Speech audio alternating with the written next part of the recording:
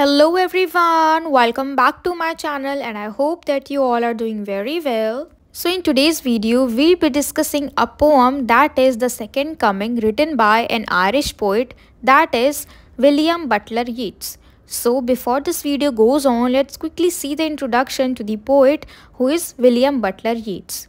He was an Irish poet, dramatist and one of the foremost figures of 20th century literature. तो ये एक Irish poet थे, dramatist थे और 20th century के बहुत ही ज़्यादा इम्पॉर्टेंट फिगर थे लिटरेचर के एंड ही played the crucial role in the Irish literature और इन्होंने बहुत ही इम्पॉर्टेंट रोल प्ले किया है आयरिश लिटरेचर में and his work is characterised by its exploration of the themes such as love, nature, mythology and the complexities of the human experience. तो देखो इनके जो वर्क्स हैं उनमें ज़्यादातर क्या क्या थीम्स होते हैं, love, nature, mythology and complexities of human experience, यानी मनुष्य के जो अनुभव है वो सब। And one of the most notable aspects of Yeats' poetry is his use of symbolism and mysticism. तो इनके जो भी राइटिंग्स हैं उसमें जो भी मतलब होते हैं ना नोटेबल एस्पेक्ट्स, तो वो क्या क्या हैं, सिम्बोलिज्म एंड मिस्टिसिज्म की किस तरीके से ये इनको यूज़ करते हैं, यानी सिंबल के बेस पे चीज़ों को दिखाना और मिस्टिसिज्म यानी रहस्यवाद। And he was awarded the Nobel prize in literature in 1923, making him the first Irishman to receive this honour. तो देखो इनको 1923 में नोबेल प्राइज़ भी मिला हुआ है in literature and he was born on 13 June 1865 and died on 28 जनवरी 1939। इनका जन्म हुआ था 13 जून को 1865 में 1835 में एंड डाइड ऑन 28 जनवरी 1939। ठीक है, तो इतना तो हो गया हमारे पोइट के बारे में। अब हम चलते हैं हमारे पोएम के बारे में थोड़ा सा जान लेते हैं। So this poem was written in 1919 and published in 1920। तो ये पोएम जो है ये लिखी गई थी 1919 में और पब्लिश कब हुई थी, 1920 में। The poem reflects Yeats' response to the chaos and turmoil of the early 20th century, particularly in the aftermath of World War I and the social upheaval it caused। तो ये पोएम सिंपली क्या reflect करती है, जो हमारे poet है उनका response to the chaos and turmoil of the early 20th century, particularly in the aftermath of world war I, यानी वर्ल्ड वार I के बाद जो हमारा पूरा देश इतना बिखर गया था, जो भी उथल पुथल हो गई थी, जो भी केओस था, उसके बारे में बताया गया है। और mainly after world war I, यानी जब पहला विश्व युद्ध हुआ था उसके बाद जो दुनिया बिल्कुल तहस नहस हो गई थी उसके बारे में बताया गया है। And it introduces the idea of second coming, which can be interpreted as a prophetic vision of a new and potentially dark force entering the world। तो अब देखो इसमें क्या बताया गया है, सेकेंड कमिंग जो है ये हमारे पोएम का टॉपिक है।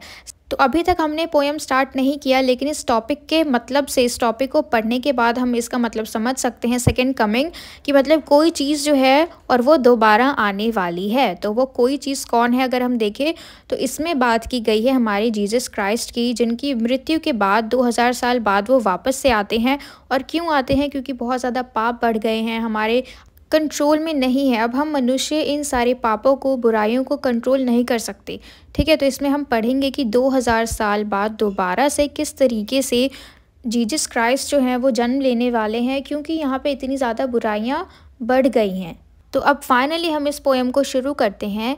Turning and turning in the widening gyre, the falcon can not hear the falconer. यानी जो पक्षी है वो टर्निंग एंड टर्निंग, यानी वो ऊपर जा रहा है, गोल गोल घूमते घूमते, गोल गोल उड़ते उड़ते वो ऊपर जाए जा रहा है, ऊपर जाए जा रहा है।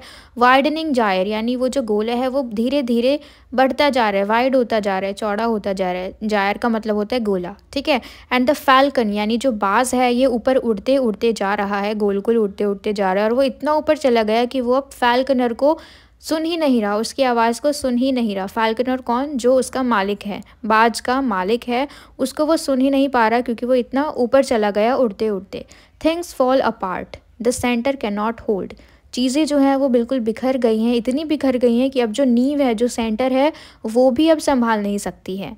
Mayor anarchy is लूज्ड upon the world, यानी अब सिर्फ अव्यवस्था, केओस, एनार्की, यही सारी चीज़ें जो हैं फैली हुई है पूरी दुनिया में। मेयर का मतलब होता है सिर्फ और एनार्की का मतलब होता है केओस, उथल पुथल, अव्यवस्था, केओस। ठीक है, ये सारी चीज़ें ही अब इस पूरी दुनिया में फैल चुकी है। The blood dimmed tide is loosed and everywhere, तो देखो जो खून के काले धब्बे हैं वो इधर उधर फैले गए हैं, यानी मार काट होने लगी है, लोग एक दूसरे का मर्डर कर देते हैं, या फिर हम इसको बुराई से भी रिलेट कर सकते हैं।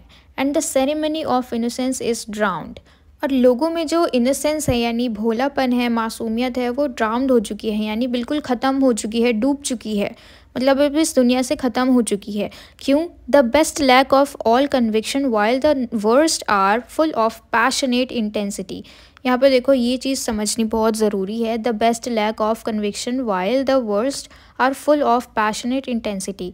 ठीक है, ये 3 लाइन जो है लास्ट की, हमारे पोइट जो हैं वो क्या कह रहे हैं कि जो भोले लोग हैं वो बिल्कुल ही ख़त्म हो चुके हैं, लोगों में भोलापन ख़त्म हो चुका है, उनकी जो मासूमियत है वो ख़त्म हो चुकी है।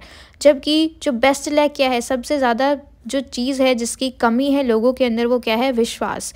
क्योंकि जो अच्छे लोग हैं वो बुरे लोगों को बुरा करता हुआ देखते रहते हैं, उनको रोकते नहीं हैं। जबकि जो बुरे लोग हैं उनको कोई डर नहीं है ना, वो लोग बुरा करके निकल लेते हैं, वो बिल्कुल पैशनेट होते हैं। अगर कोई किसी का मर्डर कर रहे हैं रास्ते पे, तो जिसने मर्डर किया, जो मर्डरर है, जो बुरा है, उसको कोई डर नहीं है, वो सीधा मार के चला जाता है, उसको कोई फ़र्क नहीं पड़ता कि उसे कौन देखता है।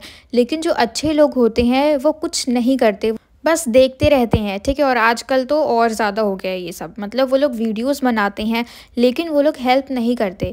तो जो लोग अच्छे हैं वो रोकने से, अगर वो मर्डर को रोक देंगे तो वो एक अच्छा काम होगा, लेकिन वो अच्छा काम करने से डरते हैं। लेकिन जो बुरे हैं, जिसने मर्डर किया है, वो बुरा करके वहाँ से चला जाता है। ठीक है, तो यहाँ पे इन तीनों लाइन का यही मतलब है कि जो अच्छे लोग हैं उनके अंदर विश्वास की कमी है, लेकिन जो बुरे हैं वो पैशनेटली सब कुछ करते हैं। ठीक है, उनको कोई डर नहीं है।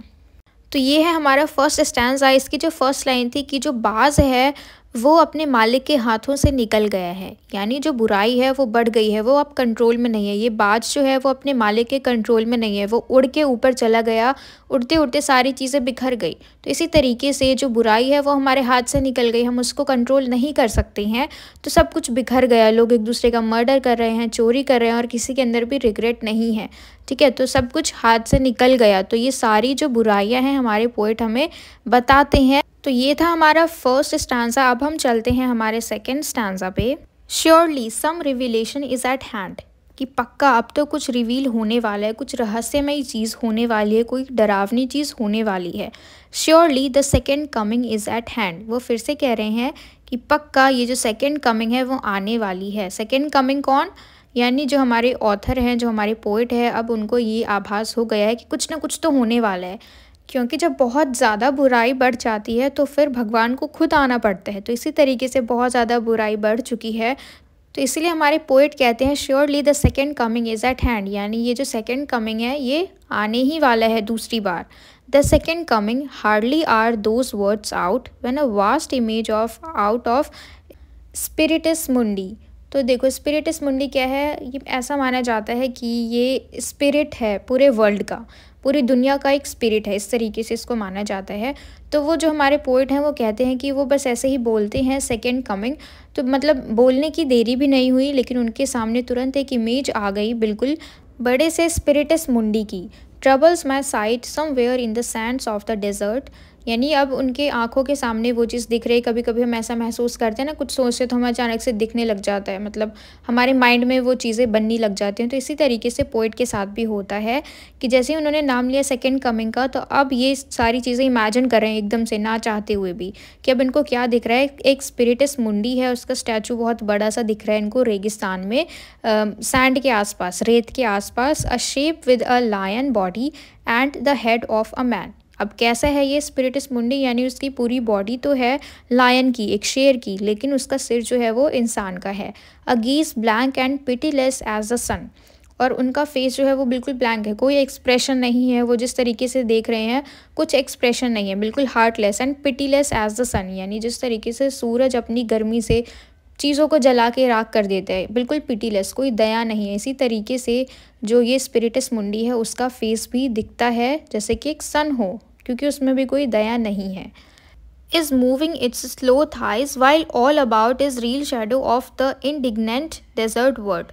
तो मूविंग इट्स स्लो थाइज का मतलब है अब ये धीरे धीरे अपने पैरों से चल के आगे बढ़ रहा है, और इसके चलने से जो बर्ड्स हैं उनको डिस्टर्बेंस हुई। अभी भी ये जो बर्ड्स हैं ये लोग गुस्से में ऊपर आके उड़ रहे हैं, ऊपर जाके उड़ रहे हैं, और इनकी जो परछाइयाँ हैं वो नीचे पड़ रही हैं। The darkness drops again. अब ये जो डार्कनेस है, क्योंकि ये जो पक्षी हैं, जो बाज हैं, जो भी हैं ये बर्ड्स, ठीक है, ये ऊपर उड़ रहे हैं तो उनकी परछाई अब नीचे पड़ रही है और परछाई की वजह से ये जो डार्कनेस है वो दोबारा से आने लगी। But now I know that 20 centuries of stony sleep were vexed to nightmare by a rocking cradle.